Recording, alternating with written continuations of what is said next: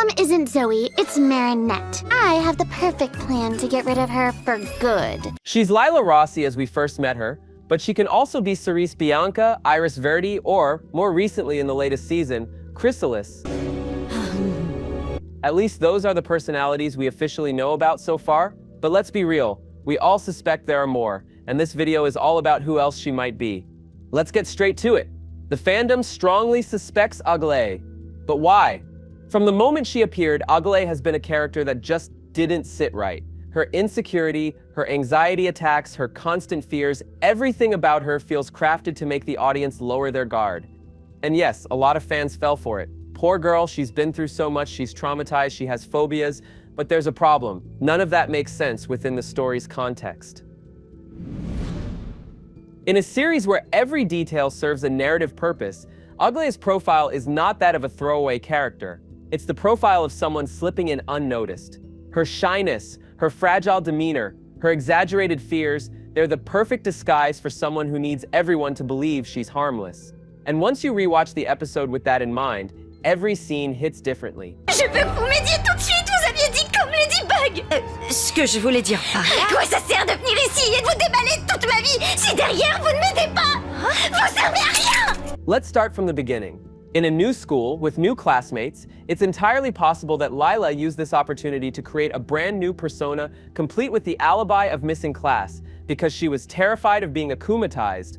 No one knows her past, and that's perfect. It makes it easier for her to insert herself into Marinette's circle. Aglaé is presented as a timid girl, terrified of flying insects to the point of having a full-on phobia. It's a great cover. What villain would be afraid of their own power?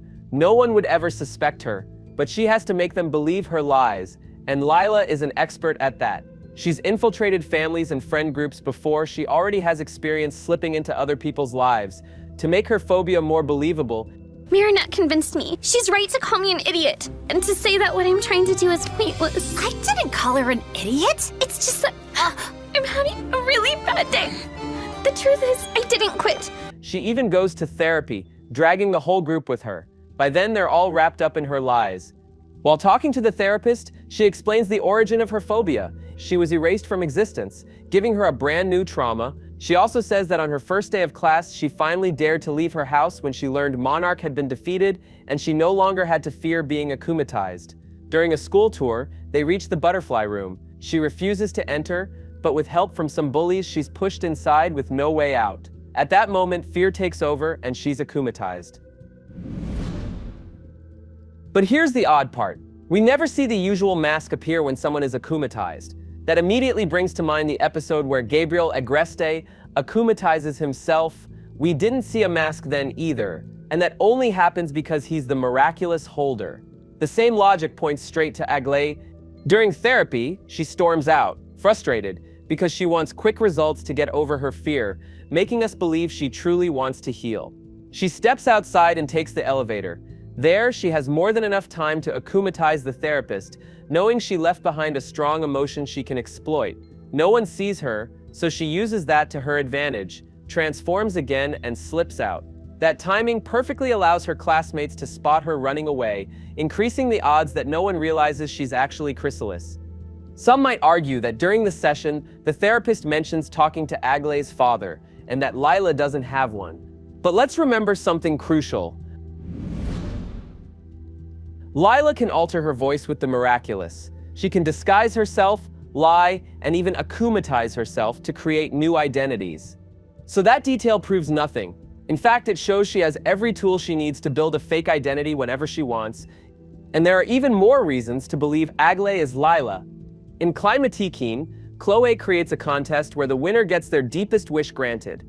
Aurora decides to participate, but nothing she does seems to work. Seeing her upset, Aglaé approaches her and subtly plants an idea. If she wants followers, she needs to expose others and stir up drama by lying.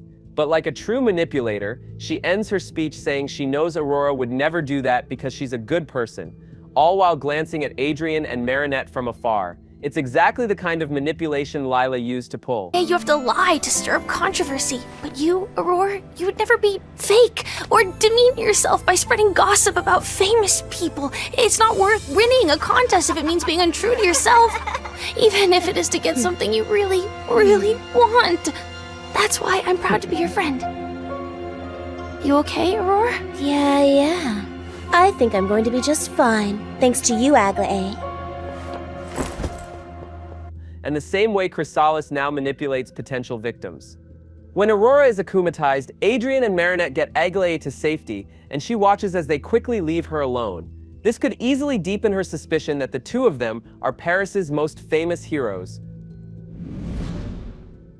In the episode The Dark Castle, there are more clues. She's the most observant one. She's the first and only person to notice Marinette isn't at Alix's party. She keeps looking around, staying aware of everything happening. In one of those glances, she seems to notice Alix's dad arguing with someone on the phone. That's a clear sign of negative emotions she could take advantage of. Everything falls into place. Another key moment in the new episode comes when Aglaé asks, "Who sits, Alix?" It might seem like a throwaway line, but here's the issue. Alix is the only hero with a public identity. Everyone knows who she is. So, how is it possible that Aglaé doesn't sit? What looks like naivete is actually more evidence that she's pretending. It's her way of staying off the radar, making sure no one suspects she knows more than she lets on. Then comes the birthday song. Everyone gathers together looking in the same direction, but Aglaé slips away in the opposite one. Moments later, she's nowhere to be seen while the singing continues. Not long after that, a new villain appears. It's pretty clear what we're meant to think. She slipped out to transform and akumatize the next target. And for the rest of the episode, she never shows up again. Yet by the end, Lila writes in her journals about Marinette skipping the party, clearly suspicious and reminding herself to double-check it again and again until she's absolutely sure. This lines up perfectly with the fact that Aglaé noticed Marinette's absence from the very start. But why do we assume Aglaé is Lila, and not just someone working with her? In the movie London, at the edge of time, we learn that Lila works alone. She akumatizes herself and trusts no one except her journals. And remember, every akumatized villain loses their memory once the akuma is purified, which means she operates without accomplices. On top of that, at the end of almost every episode this season, we see stacks and stacks of journals suggesting she's been akumatizing herself constantly, which would include Aglaé's akumatization. With that in mind, there's no more effective way for Lila to uncover Ladybug's true identity. How would she do it? By inserting herself into the friend group of her #1 suspect and akumatizing herself whenever she needs to push her plan forward, which leaves us with one lingering question: what else is she willing to do? After breaking down every detail, every scene, every line of dialogue, there's really no other way to put it. Aglaé is not who she claims to be. Her behavior is full of red flags. She vanishes at key moments. She knows more than she should. She plays dumb when it benefits her, and she's always conveniently close when something important happens. My conclusion is simple. Aglaé is Lila, and if she's not, then she's working with her in a plan far bigger than we realize. The show hasn't officially confirmed it yet, but the clues are already there, laid out in plain sight, and they all point in the same direction. And like in any story of this kind, when everything lines up this perfectly, it's no coincidence. It's because the truth is a lot closer than we think. In the world of Miraculous, the most dangerous enemies aren't always the ones who attack you head-on. Sometimes the ones who can hurt you the most are the ones who earn your trust first. And Aglaé might just be the quietest, deadliest Trojan horse in the entire series.